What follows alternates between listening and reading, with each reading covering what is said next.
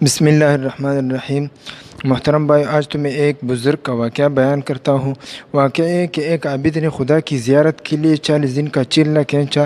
دن کو روزہ رکھتا تھا اور رات کو قیام کرتا تھا۔ اعتکاف کی وجہ سے خدا کی مخلوق سے یکسر کٹا ہوا تھا۔ اس کا سارے وقت آہ و زار اور راز و نیاز میں گزرتا تھا۔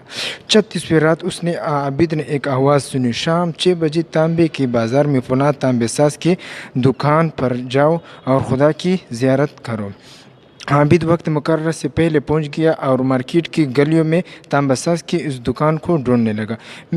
وہ کہتا ہے کہ میں نے ایک بوڑھی عورت کو دیکھا جو تانبے کی دیگچی پکڑی ہوئی تھی اور اسی ہر تانبے ساز کو دکھا رہی تھی۔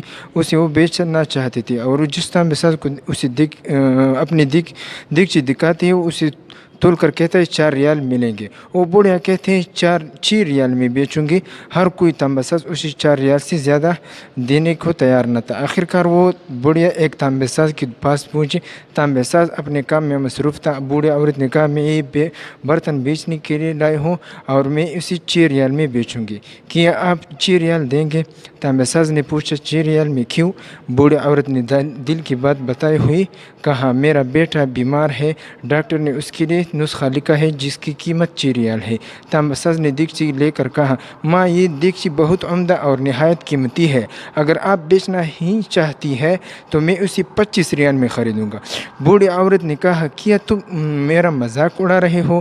تانبا والے نے کہا، ہرگز نہیں، میں واقعی 25 ریال دوں گا۔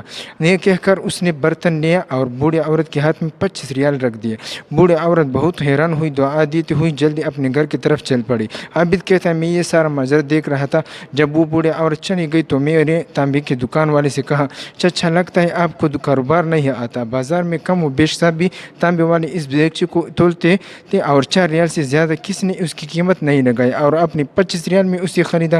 بوڑھے تانبے ساز نے کہا، میں نے برتن نہیں خریدا، میں نے اس کے بچے کا نسخہ خریدنے کے لیے اور 1 ہفتہ تک اس کے بچے کی دیکھ بھال کے لیے پیسے دیے ہیں۔ میں نے اس کے لیے یہ قیمت دی، گھر کا باقی سامان بیچنے کی نوبت نہ آئے۔ عابد نے کہا، میں سوچ غیبی آواز آئی، چلنا کش سے کوئی میری زیارت کا شرف حاصل نہیں کر سکتا، گرتے ہوئے کو تامو غریب کا ہاتھ پکڑو، ہم خود ہی تمہاری زیارت کو آئیں گے۔